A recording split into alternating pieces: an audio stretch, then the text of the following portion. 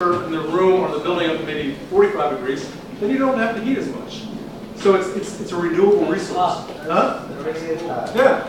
So these are the types of jobs that are out there.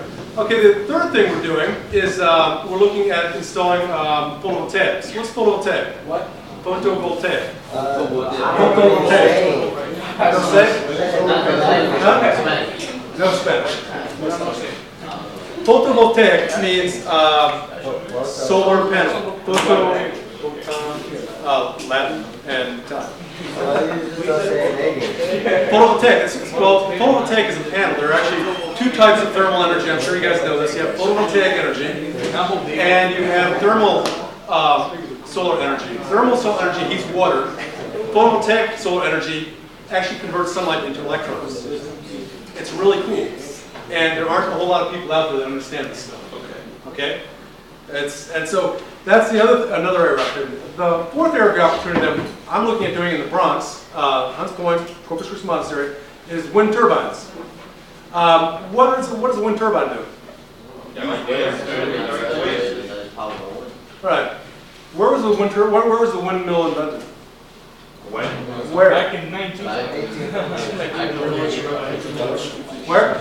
The Dutch were one of them. Interestingly enough, they came about in many different parts of the world. Iran, China, the Dutch, the Spaniards, all seemingly developed windmills on their own.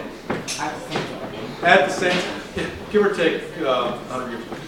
So the thing is, why I bring this out is that the whole point of this discussion is that things are really difficult right now. There are a lot of very serious issues all around energy, some geopolitical issues, some just basic supply and demand issues. But at the same time, for you guys, for people your age, this is like a great time to be your age because there are so many opportunities. We need a brand new energy infrastructure. We need new types of cars. We need to redo most of our buildings. All right? And so that's what I want to get to. One last thing that I did leave out that I think is important for you guys to think about. Have you guys ever heard of Hubbard's Peak? Okay, there was this guy that everybody wrote off as being a loon in about 1959. I think he was at the University of Texas. His name was M. King Hubbard. During the Depression? No, the Depression was 1929 to 1939. It was 1959.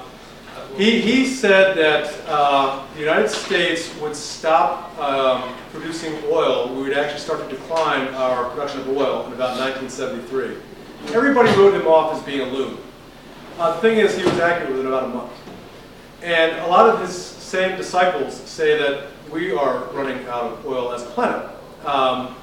So in addition to all these, the one thing that we didn't list is that there actually may be geological limitations to our use of oil. And if we run out of those things, we have blackouts, we don't have food. So that's basically where I guess I want to leave it. So let's open it up for a discussion. What do you guys think about energy? No energy, there's no survival. What? There's no survival. There's no survival. No plants.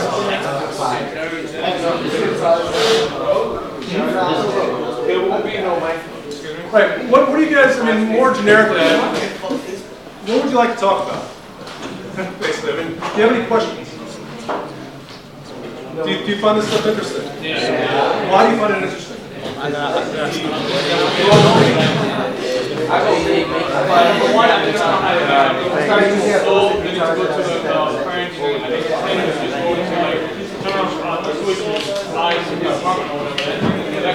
Right. How what? How to create electricity? That's interesting to you? How many of you would like to go into the auto industry and create electric cars? That be? How many of you would like to build buildings that are... Honestly, I wouldn't change it because I'm already used to the... Okay, actually there's one more thing that I was supposed to say. 5 more minutes? Okay, we have to work on our lexicon. What's lexicon mean? Lexicon means your dictionary, basically.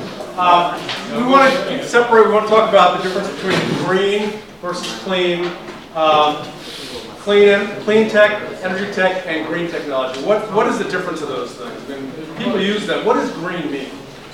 Green means really like how cheaper. Earth friendly. So what does green technology mean to you? Electricity? Environmentally friendly energy. Environmentally friendly. Do you guys know the types of green technology that's out there? You guys haven't talked about this? Yes. Like what? Solar? Hey, let's name some more. What is solar energy? They use energy to generate energy. Right. How does it do that? It captures the sunlight.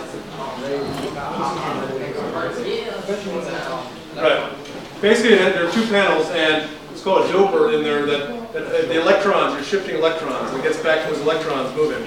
And then you get little wires throughout the photovoltaic panel that capture those electrons, and that creates electricity. What are some other green technologies? They use hydrogen. Hydrogen, what's that? When you split water molecules to produce electricity. How do you do that? Hydrogen and water, you're mixing both? You're right. I'm not quite sure, but it's when you split water molecules into hydrogen and oxygen and produce electricity. Fuel cell, right? Yeah. Right. You guys know what a fuel cell is? Yeah. That's actually another good. It's a good thing because you are living right next to the state that has the greatest fuel cell production in the world. Connecticut. United Technologies, General Electric. You guys know about Apollo 13? Apollo 13. What's that? Yeah. What happened to Apollo 13? No, basically it had a faulty fuel cell, which is what happened. The fuel cell was responsible for creating water and for creating energy and creating oxygen. And the fuel cell broke down. And so that's